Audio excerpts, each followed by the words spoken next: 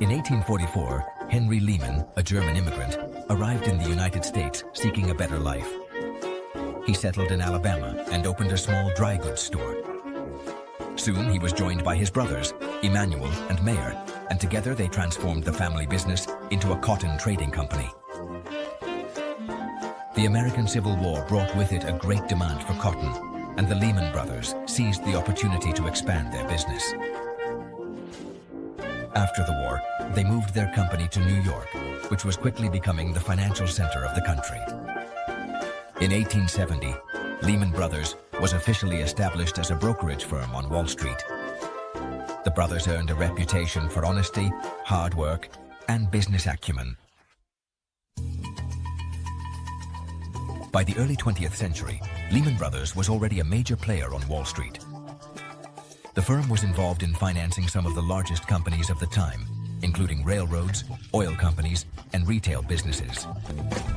Lehman Brothers also began investing in new markets, such as government bonds and international stocks. This diversification helped the firm weather the economic crises that struck the world during the first half of the 20th century. After World War II, Lehman Brothers experienced a period of unprecedented growth. The firm took advantage of the post-war economic boom to invest in new sectors, such as real estate, technology, and media. The last decades of the 20th century were a time of great prosperity for Wall Street. Financial deregulation, technological innovation, and globalization created an atmosphere of euphoria and greed. Financial firms, including Lehman Brothers, became increasingly aggressive in their pursuit of profits.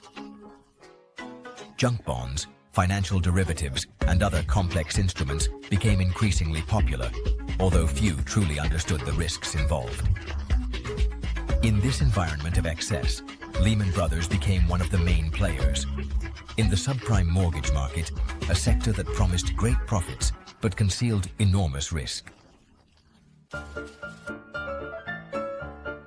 Subprime mortgages were home loans granted to people with poor credit histories, which meant that these individuals were already struggling to manage their finances and had little chance of repaying their debts.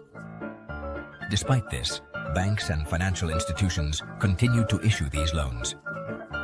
These mortgages were considered high risk, as the likelihood of borrowers defaulting was very high. But they also offered high interest rates, which made them very lucrative for lenders, making them attractive to investors. These investors sought to maximize their profits without considering the risks involved. Lehman Brothers and other financial firms packaged thousands of these subprime mortgages into complex mortgage-backed securities, MBS, creating financial products that seemed safe, and sold them to investors around the world. These products were dispersed globally, affecting the economies of various countries.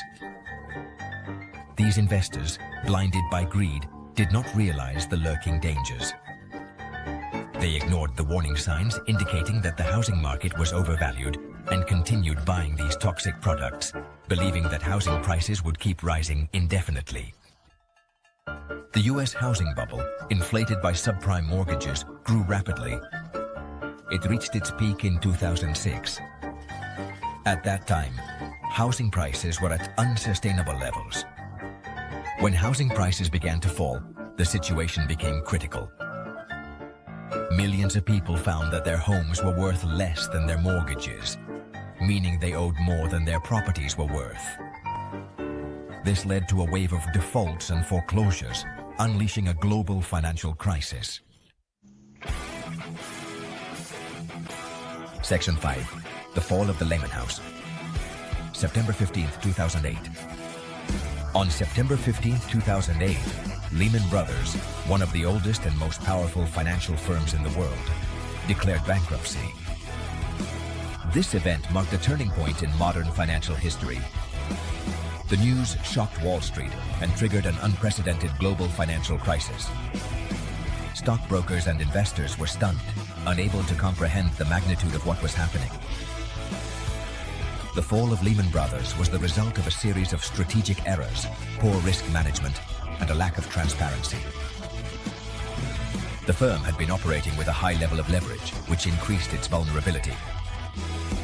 The firm had accumulated a massive portfolio of toxic assets, mainly MBS, backed by subprime mortgages.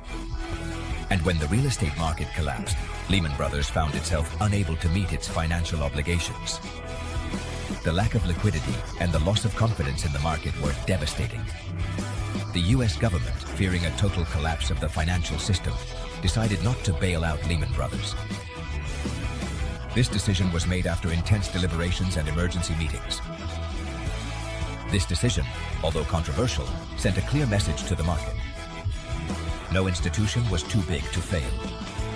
The fall of Lehman Brothers served as a harsh lesson on the dangers of excessive risk and lack of regulation in the financial system. Section 6. Panic grips the world. A domino effect. The bankruptcy of Lehman Brothers triggered a wave of panic in global financial markets. Banks, fearing losses, stopped lending money to each other, which paralyzed the credit system. Companies, deprived of credit, were forced to cut investments and lay off workers. International trade collapsed and the global economy entered a recession. The financial crisis quickly spread from Wall Street to the rest of the world. Governments around the world were forced to intervene to bail out bankrupt banks, inject liquidity into the financial system, and stimulate their economies. Section 7. The Great Recession. Consequences and lessons learned. The 2008 financial crisis, largely triggered by the collapse of Lehman Brothers, had devastating consequences for the global economy. Millions of people lost their jobs, their homes, and their savings. The crisis also highlighted the weaknesses of the global financial system, the lack of regulation, excessive risk-taking, the complexity of financial products, and the interconnectedness of markets. In response to the crisis, governments and regulators around the world implemented a series of reforms to strengthen the financial system, increase transparency, and protect consumers. Section 8. Too big to fail? The debate continues. One of the main lessons learned from the 2008 financial crisis was that some financial institutions are too big to fail.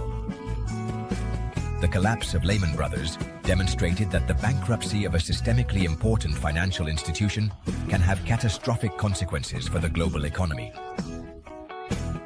After the crisis, measures were implemented to more closely regulate and supervise systemically important financial institutions.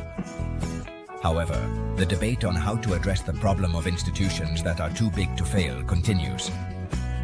Some argue that these institutions should be broken up to reduce their size and complexity, while others believe that more regulations and better supervision are needed to mitigate the risks they pose. Section 9. 10 years later. Have we learned the lesson? 10 years after the 2008 financial crisis, the world is in a much better economic position. Economies have shown a remarkable capacity for recovery, and we have seen steady growth in many sectors. Developed economies have recovered, although at an uneven pace, and financial markets have returned to normal. However, not all. Countries have experienced the same level of recovery, and some regions are still struggling to achieve stability. However, it is important to remember the lessons learned from the crisis. Greed, lack of transparency, and excessive risk-taking can have devastating consequences. The crisis showed us how bad decisions can affect millions of people. And excessive risk-taking can have devastating consequences. The images of people losing their homes and jobs are still fresh in our memory. It is essential that governments, regulators, and financial institutions work together to prevent a similar crisis from happening again. Cooperation and constant vigilance are essential to maintain stability. And financial institutions work together to prevent a similar crisis from happening again. The implementation of stricter policies and proper oversight can make a difference. The story of Lehman Brothers serves as a reminder that even the most powerful institutions can fall. Its collapse was a turning point. That underscored the need for greater responsibility. And that global financial stability is a precious asset that must be protected at all costs. International collaboration and a commitment to transparency are key to a financial future secure.